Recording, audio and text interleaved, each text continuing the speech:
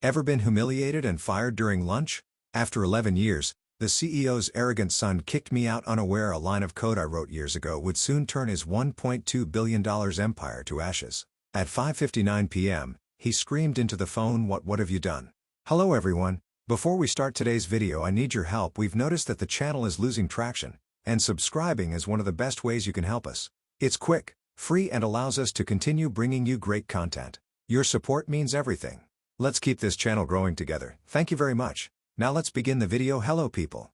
My name, spoken like an afterthought, was now a headline in the executive dining hall. I stared at Mason across the table, 30 years old. Tailored suit. Perfect smirk carved by entitlement. He didn't stop there. His voice carried, slicing through the low hum of jazz. This is a tech company, not a retirement home. A ripple of soft laughter moved through the room, sharp as a blade. I felt every pair of eyes on me, weighing, judging, filing me away under obsolete. My face didn't move, neither did my hands. 11 years of loyalty. And this was my curtain call in front of people I once mentored. I built this company's backbone. From the first fragile prototype to the billion-dollar infrastructure that now powered half the government's contracts, I wrote the code that kept them alive. Nights bled into mornings, while Mason was probably sipping champagne in some rooftop bar, celebrating victories he never fought for. He's the CEO's only son. No technical degree, no battle scars from 18-hour outages, just a name, a pedigree, and a hunger to modernize. To him, I wasn't a person. I was a piece of outdated hardware taking up space on his shiny new stage. The dining hall gleamed under crystal chandeliers. Every surface screaming money. White tablecloths, clinking silverware. Wineglasses catching the noon light. And right there, among roses and Riesling, he decided to humiliate me to make me an example. Effective immediately, Mason added, swirling his glass like a villain rehearsing for applause. We're refreshing the culture. Out with the old, in with the bold. Blood roared in my ears, but my face betrayed nothing. No tears. No protests. I swallowed the heat crawling up my throat and let a cold smile slip instead. If Mason wanted a scene, he wouldn't get it, not yet. He thought he had the final word, but sitting there, tasting iron and Chardonnay, I already knew my silence wasn't surrender. It was the first move. I didn't argue, I didn't beg, and I sure as hell didn't cry. Instead, I let my lips curve into the kind of smile that freezes the air, slow, sharp, deliberate. The kind that says you'll regret this without uttering a single word. Mason didn't like it. I could see it in the flicker of his jaw. The way his fingers tightened on the stem of his wineglass. He expected outrage. A scene he could spin into a story about why the old guard couldn't handle change. He didn't get it. The room shifted uncomfortably as I pushed my chair back. The scrape of wood against marble cut through the soft murmur of jazz.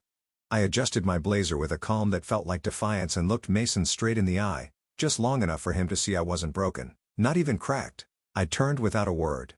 Behind me, knives tapped porcelain again, voices picking up in forced conversation.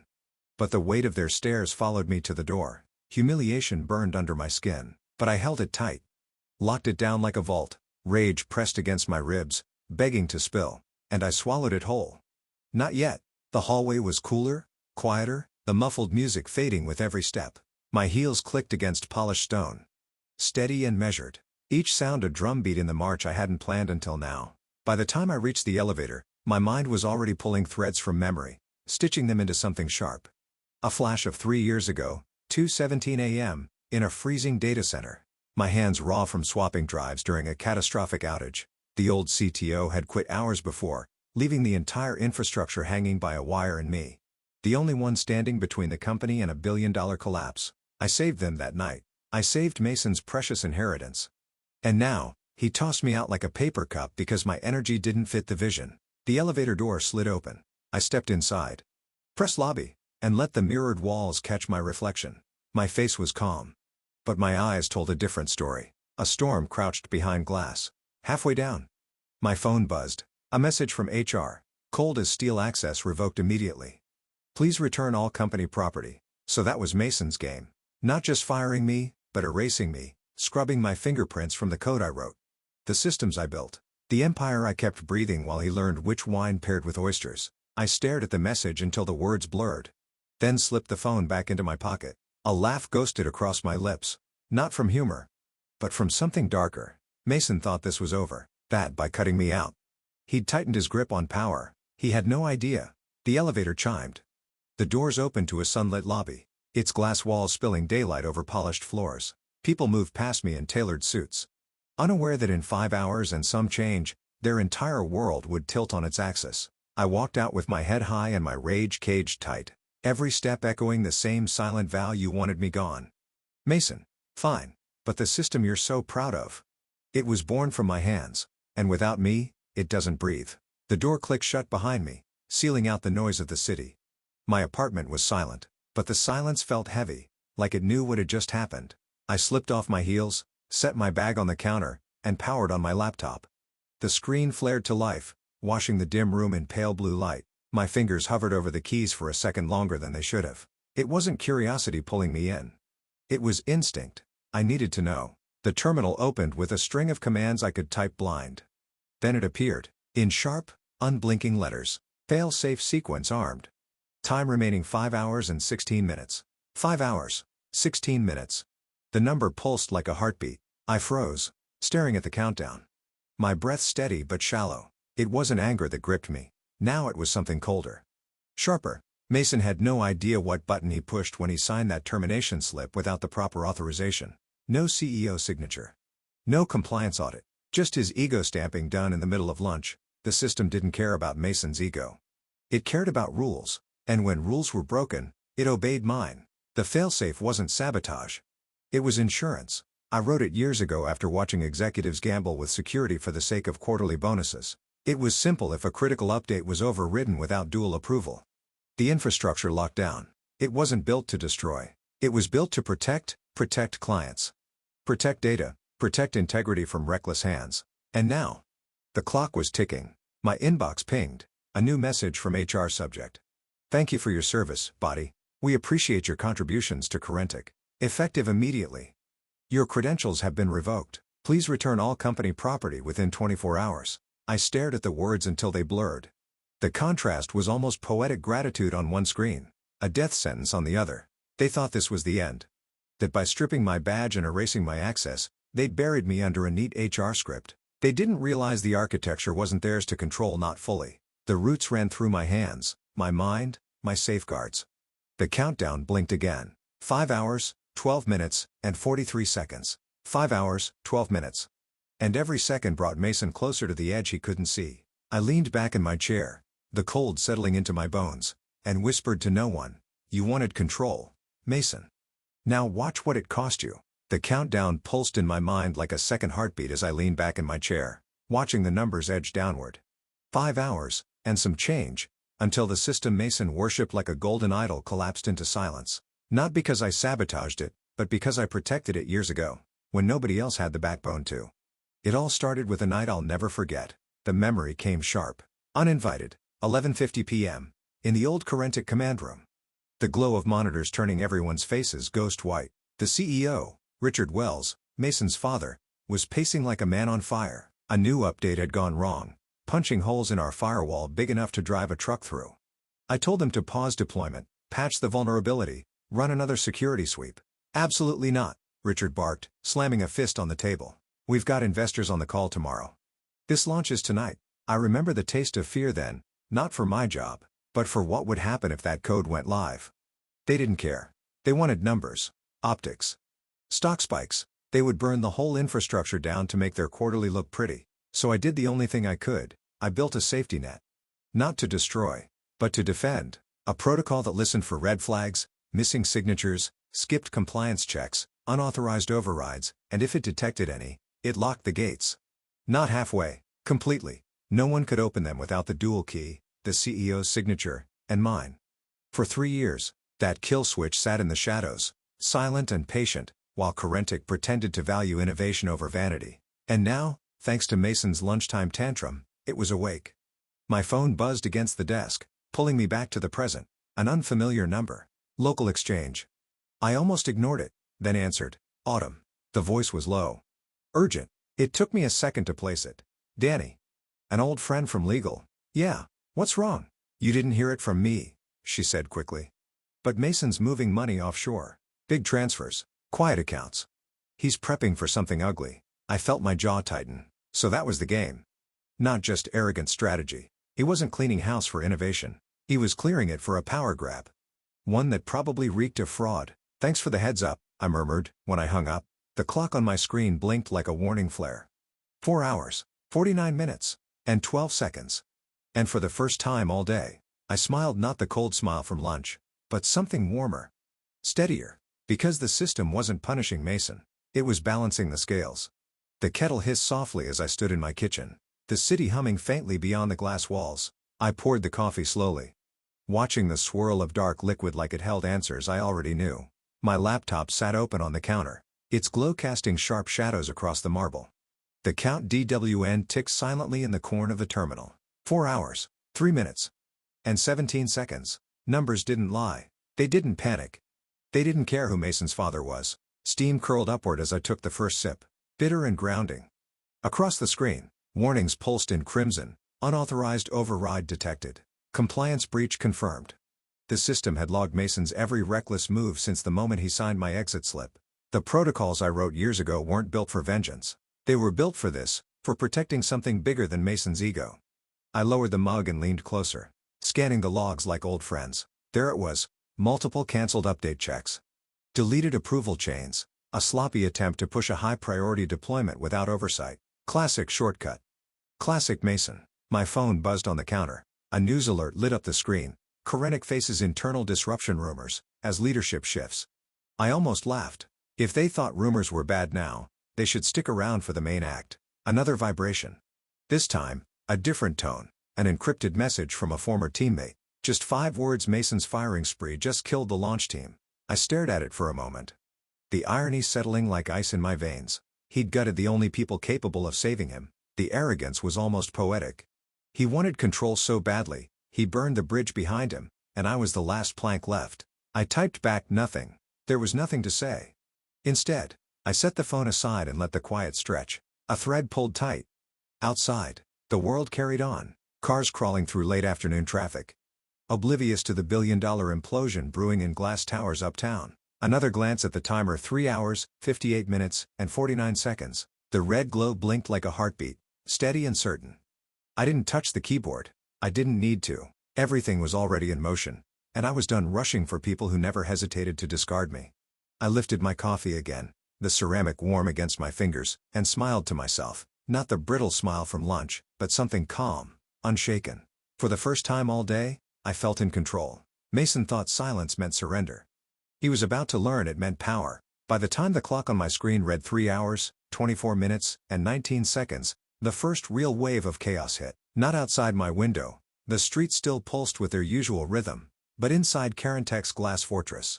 The livestream link came through a backdoor channel, courtesy of someone in IT who still remembered which hands kept this company alive. I clicked without hesitation.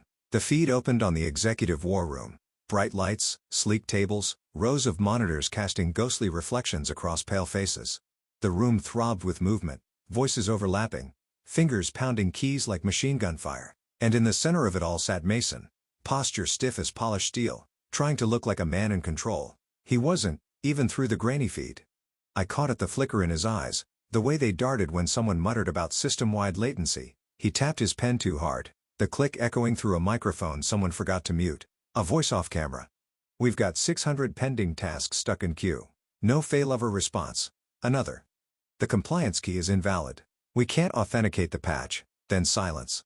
Not the kind you plan. The kind that falls when the floor cracks beneath your feet. I sipped my coffee slowly, the ceramic warm against my palms, watching Mason's jaw tighten until it looked carved from stone.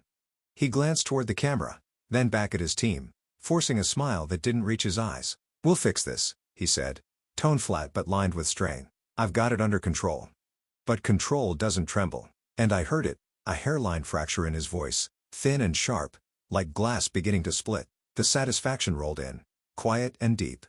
Not as glee, but as balance. This wasn't revenge for the sake of revenge. This was gravity pulling arrogance back to earth.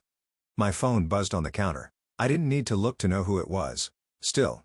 I picked it up and read the name glowing on the screen, Mason Wells. I let it ring. The vibrations hummed against the countertop, matching the pulse of warnings flashing across my terminal system lockdown protocol. Engaged. Time remaining 2 hours, 59 minutes, and 6 seconds. I took another slow sip, watching Mason lean forward on the feed, his tie slightly askew, panic bleeding through the cracks of composure. He thought silence meant defeat. He was about to learn what silence really sounded like. The coffee shop smelled of dark roast and cinnamon. Its quiet hum, a sharp contrast to the war zone happening in Corentech's control room. I sat in the corner, a hood drawn loosely over my head. My laptop closed for the first time today. Outside, the city tilted toward dusk, streaks of amber light spilling across wet pavement. Inside, I let myself breathe, not in relief, but in discipline. Then my phone buzzed. Subject line, Autumn. Please, let's meet. Anything you want. I stared at the words for a long beat, tracing the edge of the ceramic cup with my finger. The desperation bled through every syllable, disguised in formality but screaming in tone. Mason was cracking faster than I expected.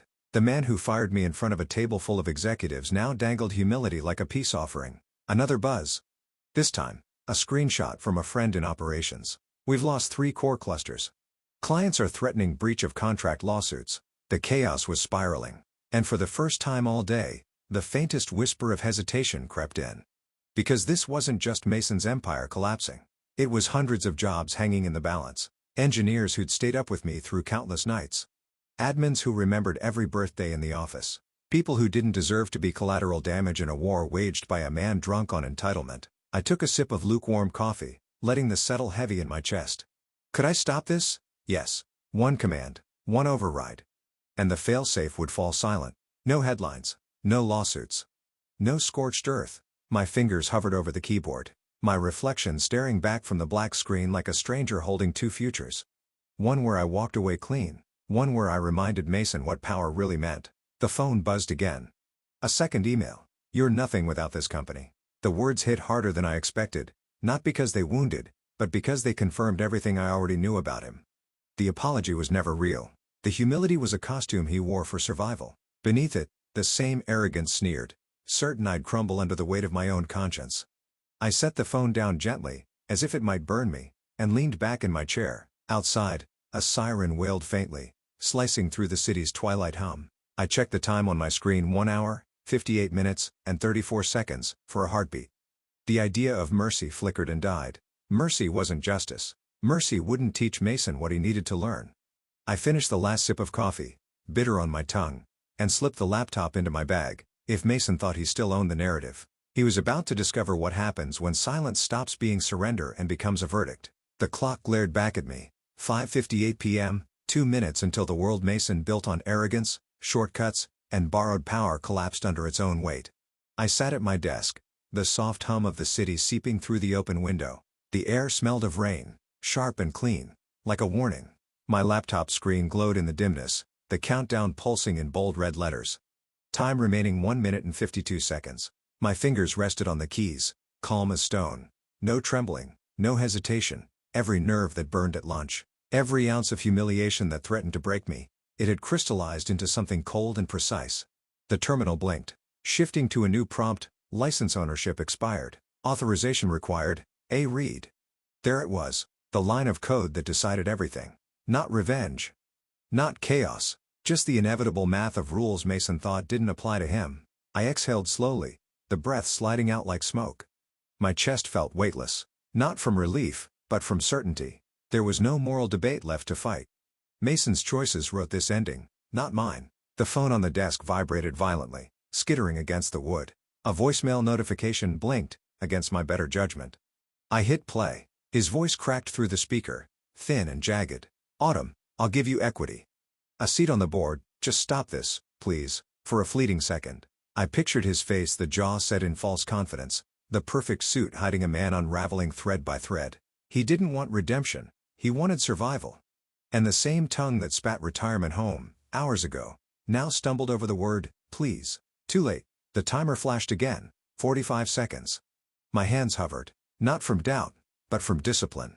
I could end this now with a single keystroke, but why rush when time itself was already pulling the trigger? I took one last sip of water, set the glass down carefully, and leaned back. The hum of the failsafe filled the room like a phantom heartbeat.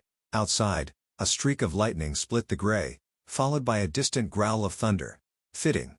The screen shifted one last time, bold text cutting through the glow system. Lockdown irreversible. Awaiting master authorization. I pressed enter. The world held its breath with me as the prompt vanished into black. The hum died. Then silence thick.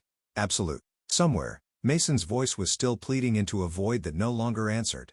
I closed the lid gently, like laying a body to rest, and whispered into the quiet, "You should have let me finish lunch." The clock on my wall clicked to 5:59 p.m. Game over. At 5:59 p.m. the heartbeat stopped. Not mine, the system's. One moment, screens across Corentic's empire pulsed with life. The next, darkness rippled like ink poured into water, swallowing dashboards, freezing analytics mid-cycle, and killing every email thread in a breath. I didn't need to see the panic. I could feel it through the silence, because silence in a data-driven world is the loudest scream of all. The failsafe executed flawlessly. Line by line like a prayer recited by a machine. Server clusters locked. Access credentials invalidated. Every digital artery turned to stone. My terminal flashed its final message, almost poetic in its simplicity. System lockdown complete. Authorization required to read. On the other side of the city. Glass towers gleamed under a bleeding sunset, hiding the chaos unraveling inside. Phones were already lighting up with alerts, government contractors demanding status reports. Financial analysts choking on numbers they couldn't explain. And then came the news ticker: Corentic shares plummet 28% in under 4 minutes. I stared at the headline as it scrolled across my screen. Calm as a still lake. This wasn't gloating. It was gravity. Every action has a weight. Mason thought he could rewrite physics. Tonight, he learned what happens when you spit in its face. Another notification popped up, a forwarded internal memo. Leaked faster than they could contain it. High-priority government contract suspended pending system stability verification. The kind of words that made shareholders bleed. Somewhere in that glass fortress, Mason was watching his empire hemorrhage in real time. I imagined the tremor in his hands, the fury choking his voice as the truth carved through the last remnants of control. He'd promised investors a bold new era. What he delivered was a blackout. My phone buzzed, slicing through the quiet. I glanced down, expecting another desperate plea from Mason. Instead, it was an email. Subject line: "We're ready to triple your salary. Call us." The sender: Orion Systems, Corentic's biggest competitor. I let the words linger in the glow of the screen, a soft smile tugging at my lips. Timing, as they say, is everything. I didn't respond. Not yet. I wanted this moment to breathe, wanted to taste the stillness after the storm. A storm I'd spent years preparing for. Brick by brick, line by line of code, outside. Thunder rolled low, like the earth muttering secrets. I closed my laptop with the care of someone setting down a loaded weapon. The room felt lighter. As if the humiliation of lunch had been stripped from my skin, replaced by something sharper: control. In less than 3 minutes, Mason had gone from the man who fired me over dessert to the face behind the biggest system failure in the company's history. And me? I was just a woman sipping water in her apartment, watching the laws of cause and effect play out in high definition. The clock ticked to 6:00 p.m. Game over. The email from Orion Systems stayed open on my screen for 3 full minutes before I replied. 3 minutes of silence. Long enough for the world Mason controlled to keep crumbling. Long enough for me to taste what power feels like when you've earned it, not inherited it. My response was short. Send the paperwork. The contract arrived in seconds. Digital ink gleaming against white pages. A consulting role. Full creative authority. Resources triple what I'd had at Corentic. And a figure at the bottom that made my old salary look like pocket change. But the real jewel wasn't in the numbers. It was in the clause I wrote into that agreement 2 years ago. The intellectual property rights, tucked neatly under an LLC registered in my mother's name. That one detail meant every critical system Mason thought he owned had never truly belonged to him. The pen felt steady in my hand as I signed. A smooth drag across glass that marked the end of one era and the beginning of another. Orion didn't just want me. They wanted the architecture Mason called his empire. And now, legally and contractually, it was mine to give. My phone buzzed before I even closed the document. I didn't have to check the name glowing on the screen to know. Still, I swiped to answer. There was no arrogance left in his voice. Only static and the sound of a man clawing for air. What? What did you do? I let the silence stretch, savoring the weight of his words. Then I smiled, even though he couldn't see it. You should have let me finish lunch. I hung up before he could speak again.